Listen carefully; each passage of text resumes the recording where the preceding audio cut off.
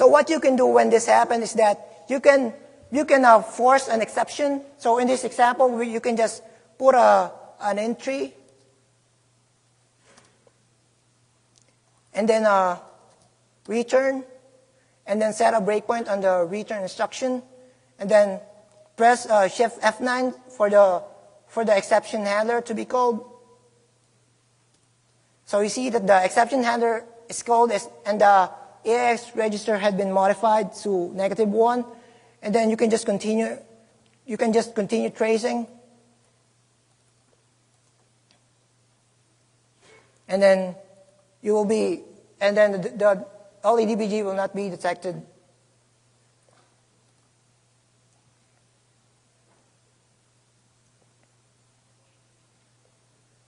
So the next topic is about breakpoint and patching detection. So the first part involves software breakpoints. So software breakpoints are set by replacing instruction at target address by an entry. Packers try to identify software breakpoints by searching for CC, so for the CC in the unpacking stub or the API code. So some packers, instead of comparing if the byte is CC, they will perform a computation in it and then try to compare it with a specific value, so that the check is not obvious.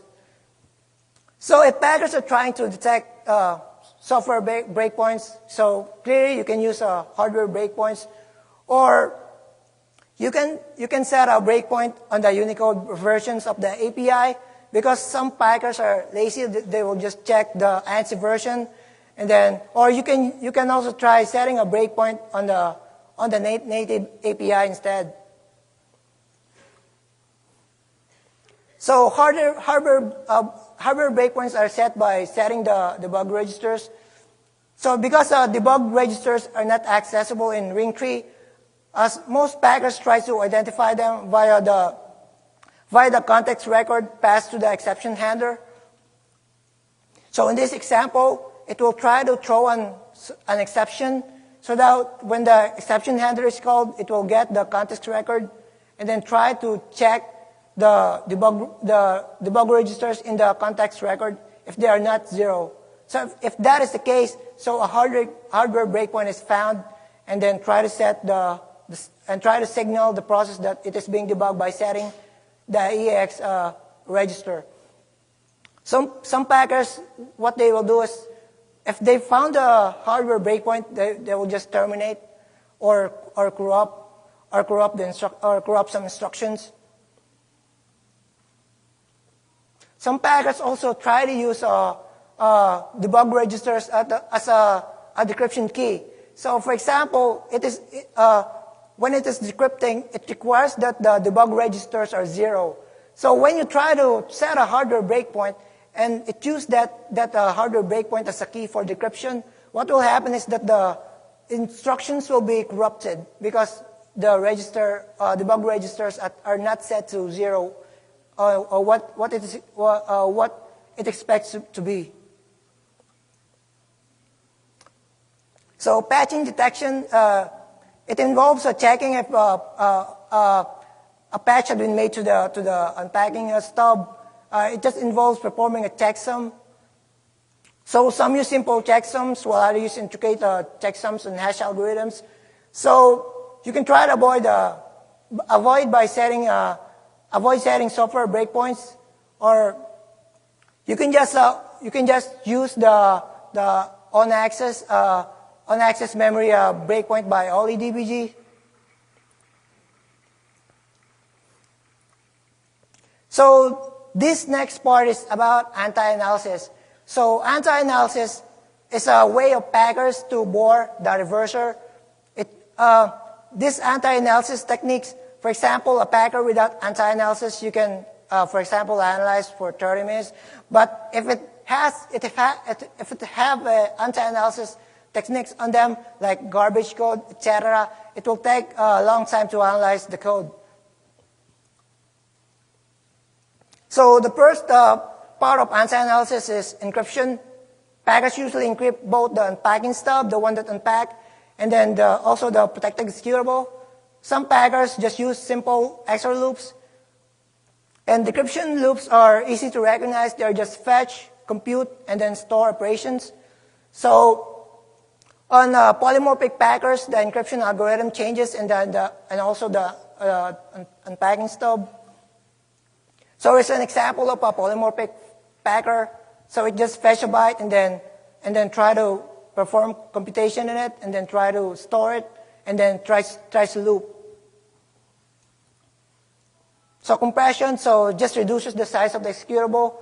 So it has a simple obfuscation side effect because the code is compressed and some data is also compressed. So garbage code. This is an effective way to slow down a reverser. So they try to hide the real purpose of the codes, and then it adds effectiveness to other anti-reversing techniques by hiding them. So it's an example. So in this particular example, this is a decryption routine. When intertwined with garbage code, so this is the equivalent. So we'll see that, so that you will see via looking at the instructions, there's a lot of garbage instructions so that it hides the real purpose of the code. So code permutation. So another technique for anti-analysis is code permutations. It involves it is used by more advanced packers because it requires understanding of the code and tries to generate equivalent instructions. So an example, instead of using move, it tries to use push and then pop, and then tries to use OR instead of test. So just to show how permutation and garbage instructions are effective, in the left side, it is a very simple debugger detection technique. But when you use a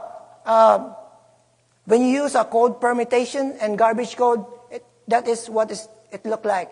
So on the left side, you can analyze it for you will understand what it does for like 5 seconds. But if you try to understand the one on the right, it will take you several seconds to minutes. So what I do if the packers tries to use a garbage code, I first try to understand if what I'm tracing is really worth tracing. So what I do is I do some what I call trace markers. I can run the packer inside an API logger, and then I will load the packer in a debugger, and then try to set up breakpoints in the APIs being used. So if something went wrong, for example, I will set a breakpoint on virtual alloc, and then set a breakpoint on load library. So when virtual alloc, I had successfully traced virtual alloc, but when I tried to run it and then it failed on load library, then something went wrong between the call to virtual alloc and then load library. So that is the time when I will try to trace it, manually trace it. So another technique I use is I use OLEDBG inside of VMware. So if I'm tracing a very difficult packer, I will try to save the trace state from time to time. So if something went wrong, I can go back to a specific trace state. So anti-disassembly is a method to obfuscate the disassembly produced by disassemblers. So one method involves inserting a garbage code, and then adding a conditional branch to the garbage byte, and then the condition for this conditional branch will always be false. So this is an example. So this is a debugger detection technique. So there is some anti-disassembly sequence here. So it tries to push the address of the real instruction here, and then try to have a conditional branch in which the condition is always false, so that debuggers or disassemblers will follow this jump fake address. So what will happen is, in this particular example, when you load that in WinDBG, you will see that the disassembly is different from what you expect.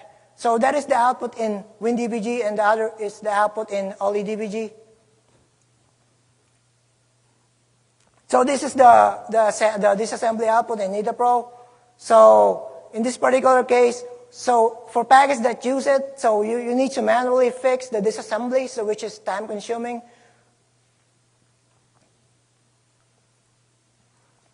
So these are the debugger attacks. So packers employ several techniques so that tracing is not linear. One common way for packers is they try to throw several exceptions. So in this example, it will misdirect execution by exception. So if you're a reverser trying to trace this, and then you just press F7, you will single step on it, what will happen is that you will enter an endless loop.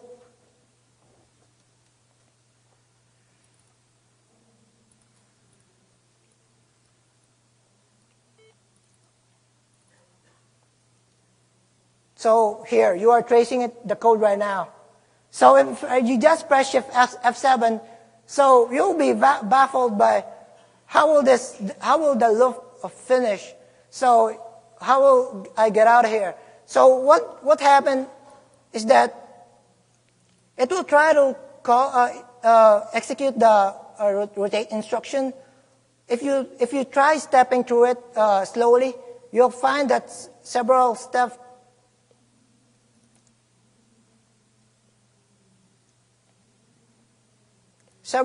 later, you will see that the overflow flag will be set here. So you will see that it is being set, and when the into instruction is executed, it will call the exception handler. So what you will do is try to look at the SEH chain, and then look at what the exception handler, and then set a breakpoint in it. And then, when the into instruction, in0 instruction occurred, it will generate an integer overflow, and then you will need to press Shift F9 so that the exception will be passed to the exception handler here. So you are now in the exception handler. So what this will do now is just try to increment the EAP upon return. So it will increment the EAP by 2. So the next instruction will be this instruction.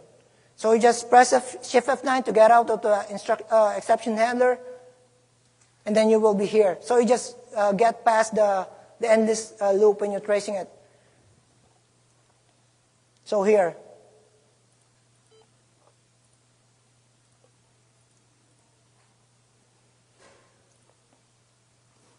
So this is another debugger attack.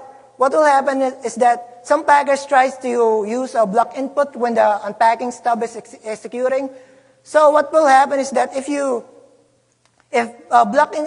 call block input, the mouse and keyboard events will be blocked.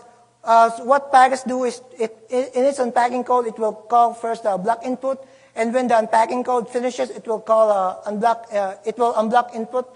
So just to show you what happens. So in this example, so this particular sample calls a block input, and then we'll call load library. So when I try to set a breakpoint in load library,